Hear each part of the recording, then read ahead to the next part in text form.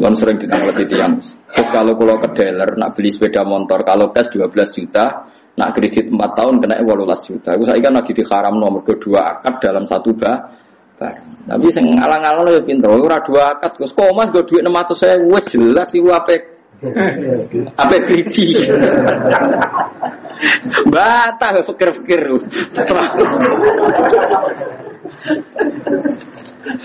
Dua akad piye wong sekaruan go dhuwit mok 600.000. Pokoknya go dhuwit dipadu baliho. Uang 600.000 pulang bawa sepeda motor. Mesti milih sitok. Eleng-eleng melane nabi ne wong akeh. Riba yo dosa tenan. Fa illam tafalu fa idanu fi harbin minallahi wa rasuli. Tapi wong kok ora nambahi ora diakal tenan, medhit kok nganti ngono. Pemene kena situ akeh bolak-balik wis ora cocok. Lho nggih, misale kula utang Mustofa 2 juta, ayo ngono. Kula diutang Mustofa 2 juta, omah kula Rembang. Gara-gara kula ora nyaur-nyaur Mustofa ku nagih teng Rembang, numbale piro itu. Misale tiap nagih ku entek dhuwit 200.000, lah nek nagih ping pindho 400.000. Karena misale SMS-an entek piro, misale nelpon entek piro. Urung mangkele. Barang ngono kula nyaure pas 1 juta padahal nagih bolak-balik. Lah misale sampean ngomong salah nagih wae ya repot. Sing ngomong sapa? Ya mesti salah ra nyaur ya ora ono bare nek ngono. Mulane agama ora oleh ngono. Pokoke ila takuna tijarotan antar mulane urip saling rido, utang sing pantes wae nyaur ya nyaur iki gak bulet. Kok karu-karuan gitu. Korupet agama nek stok napa wis tok jual beli ku rumpet. Nah, ciri sing diceritakno Kanjeng Nabi ku kan tepaan nggih. Kaya Nabi Sulaiman, Nabi Daud ku tepaan. Nah, tepaan ku saged riyen kaya kasus sing diceritakno Nabi napa niku. Wa Daud wa Sulaiman id yahkumani fil harsi id nafashat fi ghanamul qaum wa kunna li hukmihim syahidin. Fa fahamnaha Sulaiman wa kullan ataina hukma wa ilma. Jadi ana wong di wedhus iku lala wedhus wedok. Muga wedhus lanang yo bingung Nabi Sulaiman. Untung wedhuse wedhus itu. Jadi Sulaiman ra bingung barokahe kalau di sini wedhus iku. Wedhus wedok susune lagi pasake. Mangan tandurane wong. Ya ora roh sing dipangan senile wedhus apa ora walhasil takok Nabi Daud diputusno wedhus iku disita. Bareng takok Nabi Sulaiman ora ngene ae. Tanduran kon dandani sing di wedhus, terus wedhuse kon manfaatno sing duwe tanduran. Jadi akhirnya sing di tanduran iso ngepoh susune wedhus, iso ngombe susu.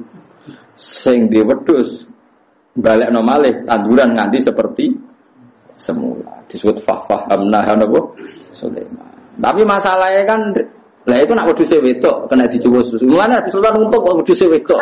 Tapi nak wedhuse cempe cuwili buli. Ora susune bingung.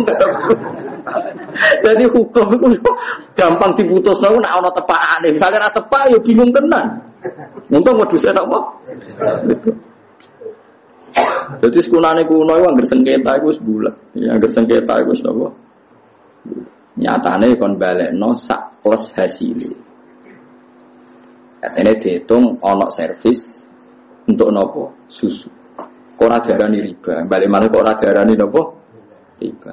Mulane hati-hati, kowe aja khusuk nemen-nemen nganti dadekno medhit. Kowe anti riba tapi dadine medhit.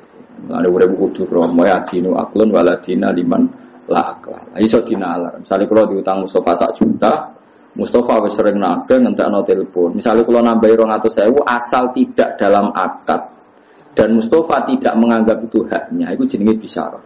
Saya ulang lagi, asal tidak ada dalam akad dan Mustofa menganggap itu tidak haknya, itu tidak dianggap riba.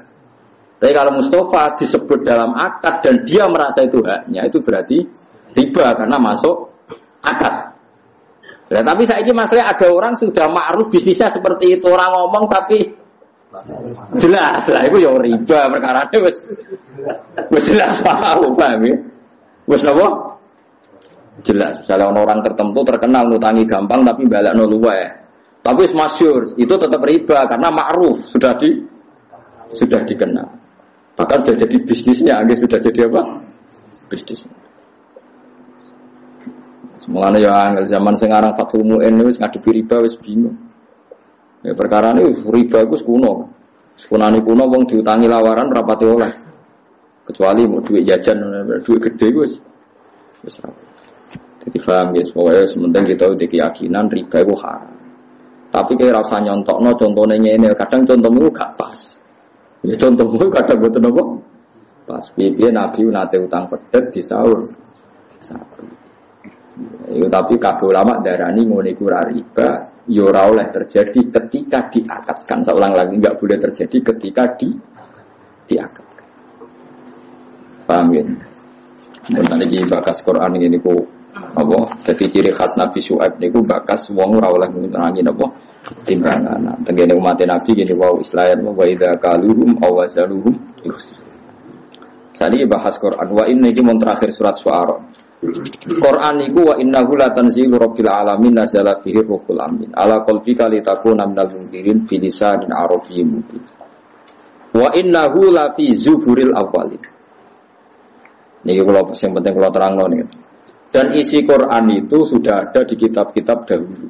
Jadi tema-tema yang mau diangkat Quran itu sudah ada di kitab-kitab dahulu. Terus kalau ngaji sore wau nggih, mboten enten nabi kecuali ada dasar nabi sebelumnya. Nabi sebelumnya ada dasar nabi apa? Sebelumnya sampai Nabi Adam. Ini penting kalau terangkan. Karena sesuatu itu kalau naik itu pasti butuh pijakan. Jadi Nabi riyen gambarno ibarat saya dan para nabi ini rungono ini teks asli hadis sahih. Masali wa masalul anbiya qabli. Perumpamaan saya sebagai nabi kayak dibanding nabi-nabi dulu kayak ada orang bangun sebuah rumah. Fa'ak malaha. Kemudian rumah ini disempurnakan sama desainernya, sama yang bangun. Setelah sempurna semua, illa maudi Allah binadalah masih kurang satu apa? Bata. Kata orang-orang yang melihat rumah ini akan sempurna andaikan satu bata ini yang kurang diselesaikan. Fa'ana tilkal labina, kata Nabi, ya saya yang jadi bata nopo terakhir itu sebagai penyempurna rumah itu atau sebagai penyempurna para nopo nabi. Jadi artinya kalau ada, pasti ada urutannya. Nabi yang sekarang ditopang nabi sebelumnya ditopang nabi sebelumnya sampai Nabi Nuh ada. Terus Nabi Muhammad sudah memaklumatkan diri bahwa enggak akan ada nabi setelah Nabi Muhammad sallallahu alaihi wasallam. Ini penting kalau aturaken.